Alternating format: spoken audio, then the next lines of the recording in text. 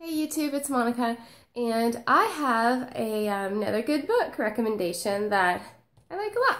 So this one I got from the library. It's called Big Jabe, and it's sort of like a folk tale, and it comes across like it's almost a retelling of some authentic folk tale, but I looked it up, and I don't think it is. I think the author's just a good writer, and it comes across as, you know, some really authentic folktale. But what I like about it isn't that. What I like about it is it brings up a lot of issues about slavery, but it does it in such a way that it's not, you know, super detailed. It's but it has enough to where, you know, my kids would say, "What's that about?" or "Why'd they do that?" And you could either gloss over it if you don't feel your kids are ready, or you could go into it. And, you know, at the level that you think that they can handle. So let me just show you a couple of the pages so you can see what I mean. So here goes.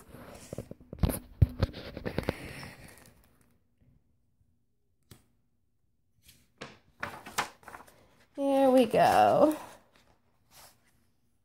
So they start out at a river. There's sort of like this magical pear tree, basically. The whole idea of the story is there's this little magical kid, sort of like Moses, that arrives in a basket, and right, Moses, he's gonna come and save all the slaves. Not all of them, but a lot of them.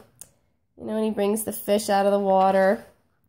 But then they talk about, you know, in this page, they talk about how they had to hide a bunch of the fish so that, you know, the slaves could eat the fish, as opposed to just getting like the heads and the tails. Now, that would be easily glossed over, or you could talk about the fact that the slaves just got the leftovers, you know, like they were animals or something. So I thought that was good. Picking cotton. I didn't go into any great detail with this, but there's plenty you could talk about with that. He did all this work. He did all the work for the slaves. Now, it's interesting. This Big Jabe did all the work. Like, he did a lot of the work. He was just extra strong, bigger than life kind of guy. And the overseer would get real angry at him. And there's a scene where there's a twister, and one family just up and disappears. And they get mad, and they go out with the dogs to search for him. So a little kid may not understand what that means. So you could explain it or not. I did explain it to my kids, but if your kids are too young or too sensitive, you might choose not to. Or you may not talk about the dogs. You might just talk about the fact that, you know, they wanted to escape. They wanted to be free. And so if they had a chance, sometimes people tried to.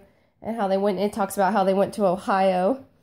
And I talked about how that was a free state. In some states, slavery was illegal, and people would run to those states. Here's Big Jabe again, the crazy, bigger-than-life, hard-working guy. Not that he's hard-working, he's just, like, bigger-than-life, sort of has more energy than, you know, normal people. And the overseer gets real angry, and my kids are, "Why is he so angry?" I said, "Because he's an angry man." And I didn't go into the fact that, you know, the overseers are usually other black people, and that's got to, you know, make you feel like an awful person, you know. I didn't really go into that, but you could. I just said, oh, he's an angry person, and angry people tend to, you know, treat other people badly. There's the dogs again. Oh, and then at one point, they think that, so Jabe is actually responsible for, like, sort of magically helping some of the slaves escape to freedom, but they think that this lady is responsible, so they tie her up in chains. And my kids were like, "They tied her up in chains?" I was like, "Yeah, that wasn't unusual. You know, people really treated black people horribly." And, you know, even though we've read several books along this line, it still always shocks my kids. They just, it's hard for them to believe, which is, you know, good.